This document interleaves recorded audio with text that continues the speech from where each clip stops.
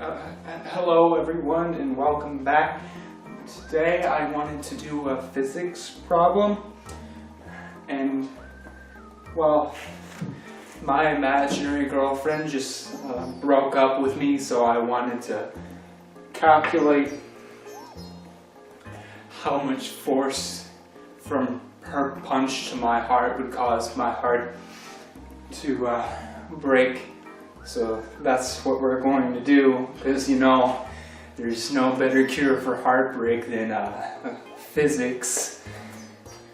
Alright, so how I was going to attempt this problem is that I was going to find the change of linear momentum my heart undergoes during the elastic collision of her fist with my, heart.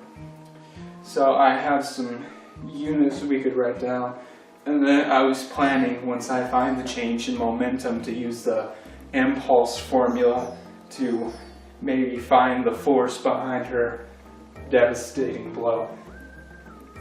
Okay, so her fist, I hope you guys can read this.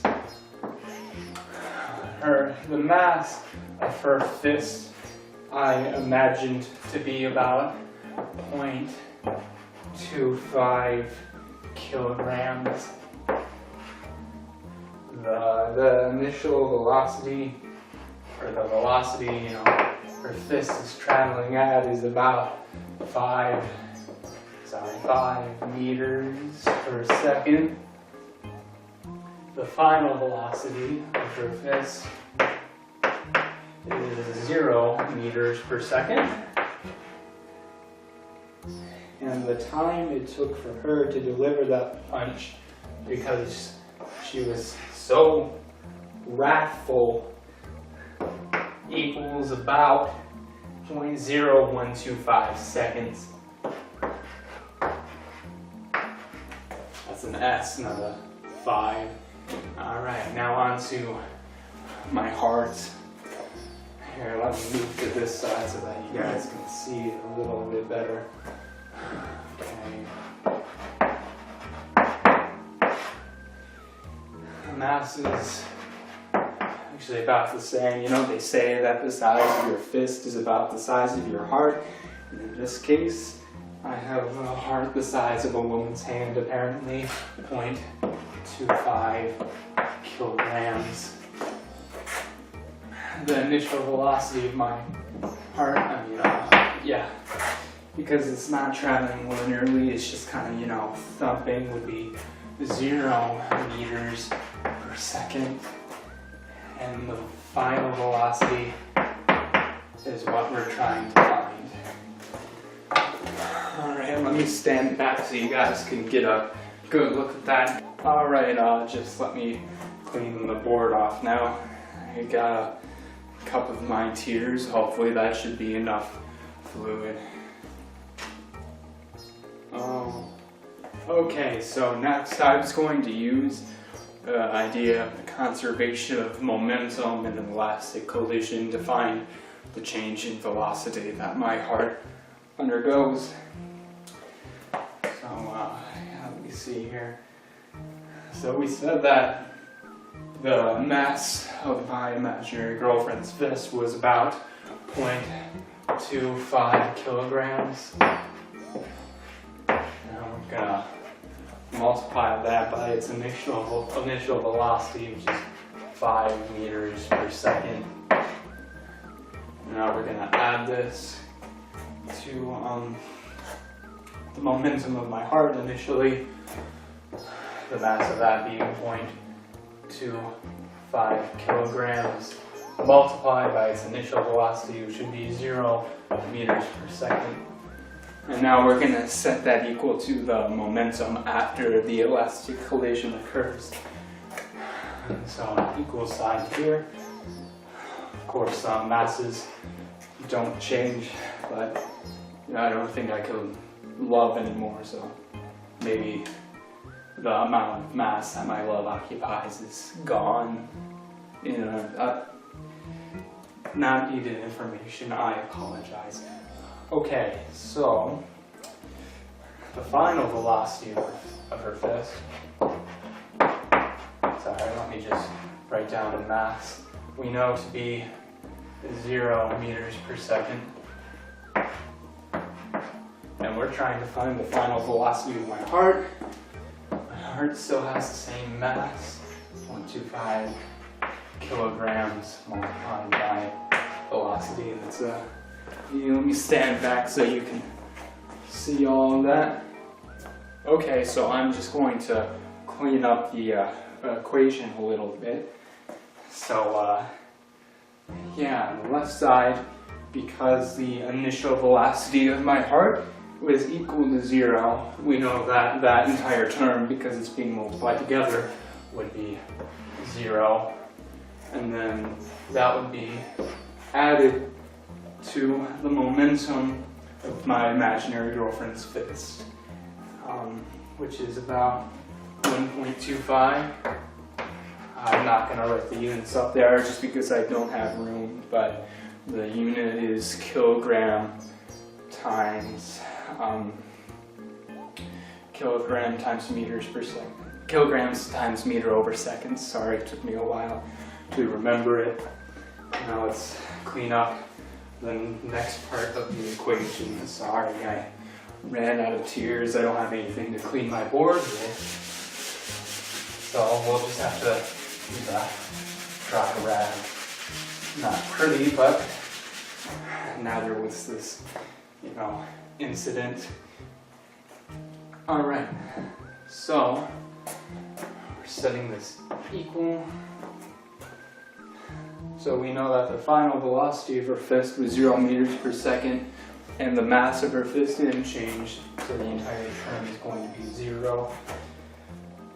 And we didn't know the final velocity of my heart, but we did know its mass, 0.25 kilograms.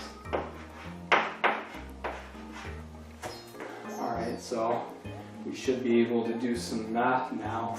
We would just divide 1.25 by 0.25. Let me do that real quick. I have a calculator down here you can't see. We get a velocity of 5 meters per second. Because, here, let me draw you a diagram real quick, because with problems like this, it's important to have an axis system to know whether, which direction is positive and which one is negative. So let's just say that her fist was going to the right. Right is positive, left is negative. Here's my heart. Here's her fist. And when the momentum, the linear momentum, sorry, let me move so you can see. When the linear momentum of my heart changes, it'll be in the same direction as the fist is traveling, Right, meaning that the new momentum of my heart would be going in a positive direction. Alright, next we can use the impulse momentum theorem to get an idea of what force is acting on my heart during this, emotionally trying event. Now we're going to use the impulse momentum theorem to find the force of her fist hitting my heart. Alright, let's see, I have it somewhere here in my notes. Okay, yes. So, we're trying to find the change in momentum, which is known as impulse. So we would have our mass multiplied by a change in velocity would equal our change in momentum. So initially, we know that my heart was traveling at 0 meters per second. And you always want to subtract your initial from your final. And we know that the final velocity in this case, sorry, let me move, was 5 meters per second. So we just subtract 0 from that. And then we're going to be multiplying that by the mass of my heart, 0.25 0.25 kilograms. And we're setting that equal to the change in time multiplied by the force, which we're trying to find. So here's the force. Sorry, I drop my pads kind of funny sometimes. And we know that the time it took for this punch to occur is 0.0125 seconds. Let's see if I can fit that in here. 0.0125. Sorry, it's a little bit messy.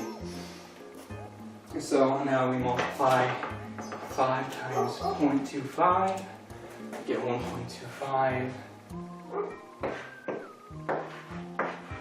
And then we divide that by 0.0125.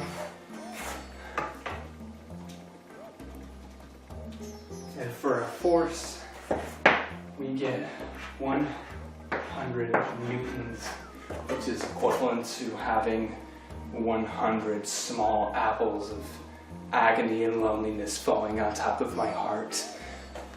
So I would say conclusively that 100 newtons of emotional anguish is indeed enough to, break my heart. So I want to thank you for watching this video.